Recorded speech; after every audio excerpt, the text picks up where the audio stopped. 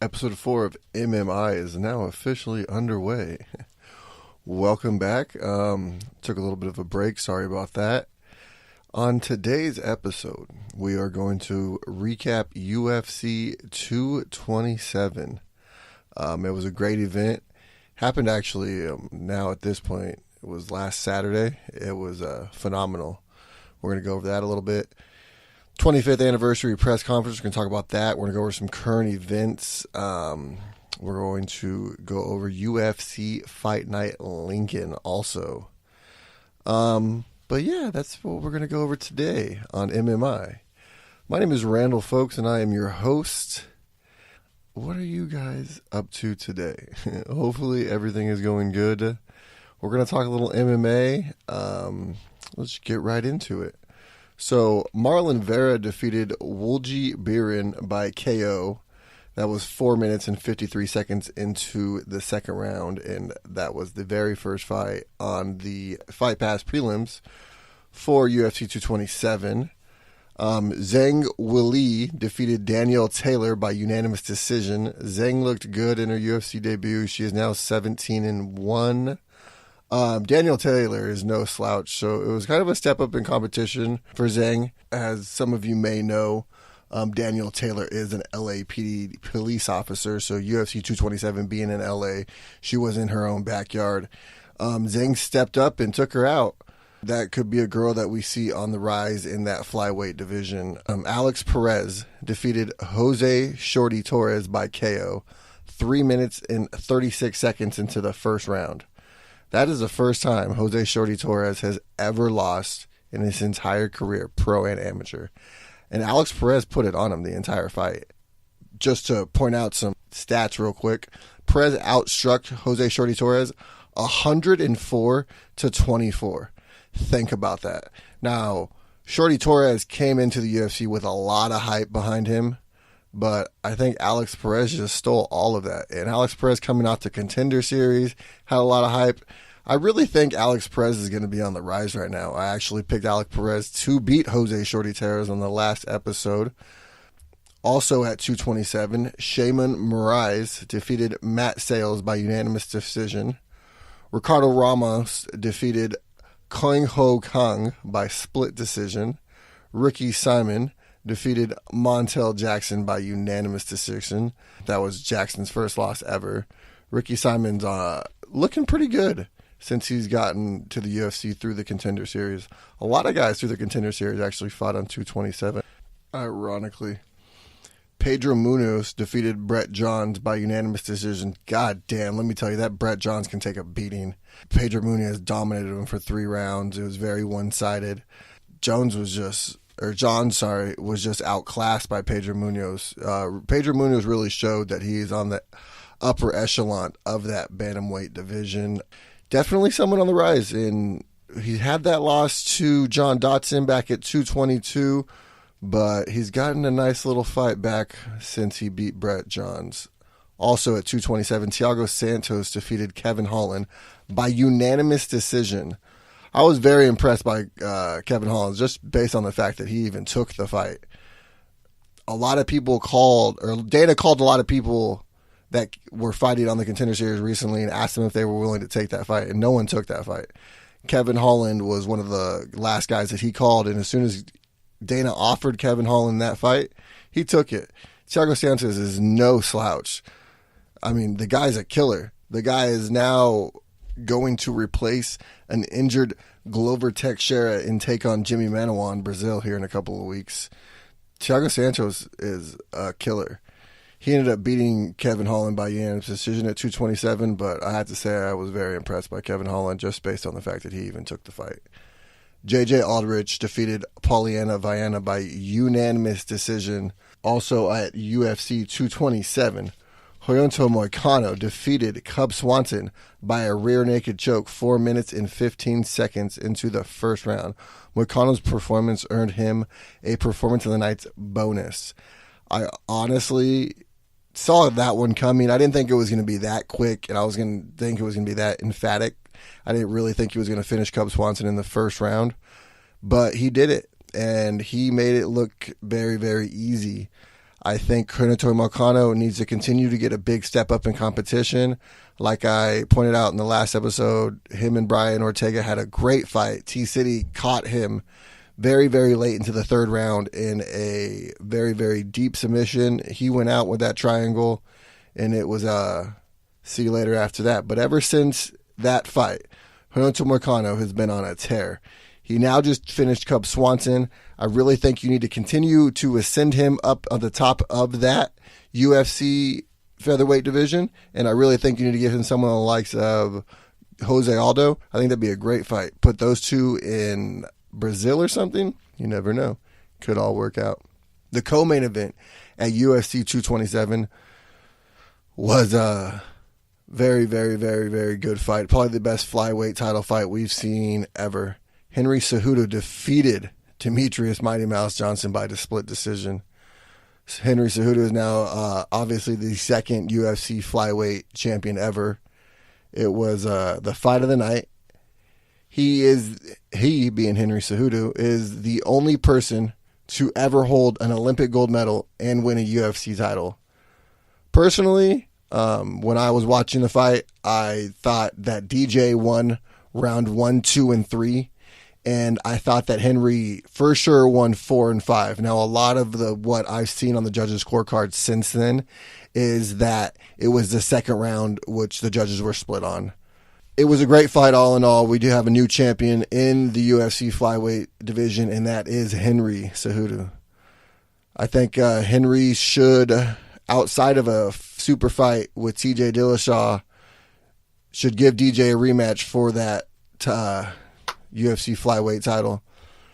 Or if that doesn't happen because DJ is injured, I think maybe Sergio Pettis versus Furcio Formiga. They fight at UFC 229, so maybe the winner of those two can get Henry next. I really think Sergio Pettis with a win should get another shot at Henry Cejudo. That would be a great fight, but I really think if DJ is able to go, you have to give Demetrius Johnson, the only and the most dominant champion the UFC has ever seen, a rematch for his UFC flyweight title. In the main event of UFC 227, TJ Dillashaw defeated Cody Garbrandt by first round TKO 4 minutes and 10 seconds into the first round. It was emphatic. It was very decisive. It was a very clean finish. It was faster than he did it the second time. He kneed him in the face, punched him in the face, put his face down, ass up again, coast to coast this time. Hats off to TJ Dillashaw. He really fought a great fight. I've heard a lot of people, media people, mostly Ariel Helwani, other guys like that, talk about this not being the best fight for Cody Garbrandt after losing to TJ Dillashaw in New York at UFC 217.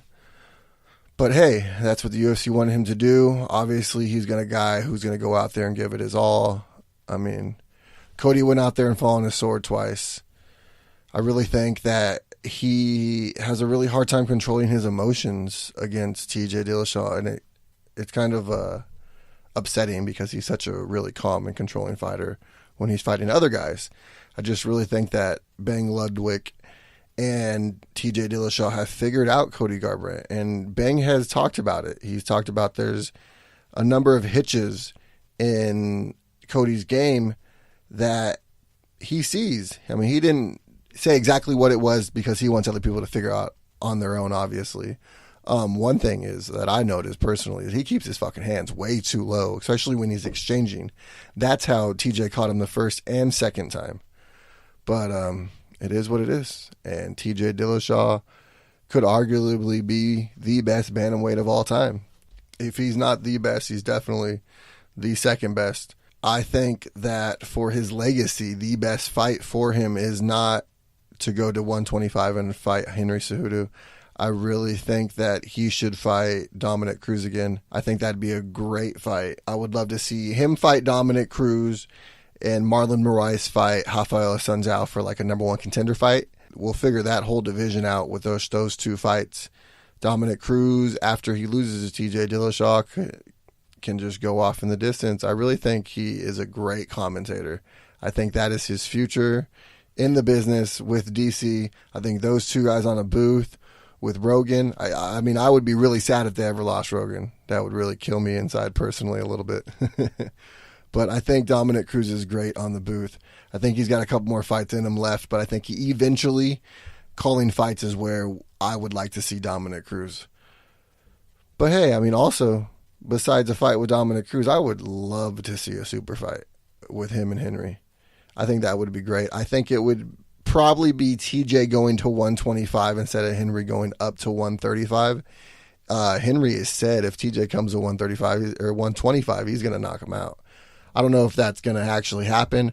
TJ Dillashaw is small for the 135 division, so I really think that body frame-wise, he might be a more natural 125er. I think the better TJ Dillashaw might be at 125. I think Henry Cejudo might be biting off a little more than he can chew with that one. But hey, that was UFC 227. It was a good one, and it is in the books now. UFC had a 25th anniversary press conference the Friday before UFC 227. Fighters who attended the press conference included Justin Gaethje and James Vick. They square off at UFC Lincoln. We're going to get into that a little later in the episode. UFC's welterweight champion Tyrone Woodley and Darren Till were there. Nico Montoya, the UFC women's flyweight champion, was there, and her UFC 228 opponent, Valentina Shevchenko, were also there. Those are going to be some great fights at 228. I just really, really think that the size of Till might be something that the welterweight division needs to really think and be worried about. The kid is huge, but Duke Roufus personally has said to me that Tyrone Woodley is excited to fight a big guy, and he thinks that this big guy is going to fall hard. Jimmy Manawa was there to hype his fight with Glover Teixeira at UFC Fight Night Sao Paulo. Obviously, we now know that Glover Teixeira is not going to be taking that fight. It is going to be Thiago Santos. Thiago Santos versus Jimmy Manawa in Brazil. It sounds like a great fight to me. Sounds like one where they're just going to stand up and fucking swing the entire time. Volkan Ozdemir was there with his UFC Fight Night Moncton opponent, Anthony the Lionheart Smith. Ozdemir is the number 2 light heavyweight in the UFC's rankings. Smith is the number 9. That's going to be a great fight. They had 2 big fights that were taking place at UFC 230 at Madison Square Garden. A key middleweight matchup that involved number 6 Derek Brunson and number 9 Israel Adesanya. And the return of the notorious Nate Diaz. He is going to be taking on number 3 lightweight in the world, Dustin Poirier. The winner could very easily become the number 1 contender in the lightweight division. They also had a key matchup for the UFC's 25th anniversary show in Denver, Colorado, with the number 12 ranked welterweight Donald Cowboy Cerrone, and he takes on Mike Platinum Perry. Those two, let me tell you what, that's going to be a great and a very exciting fight, and I can't wait to see that one.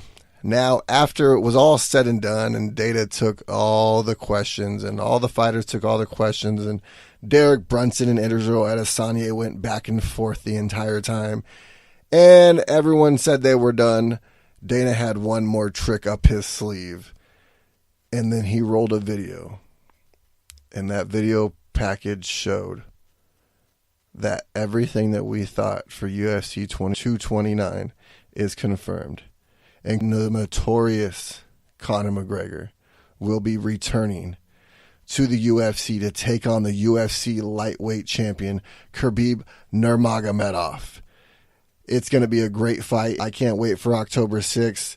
Those two are going to go at it. Obviously, the hype is unreal. The fight sells itself. You don't even have to put anyone else on the pay-per-view. Just have McGregor versus Khabib,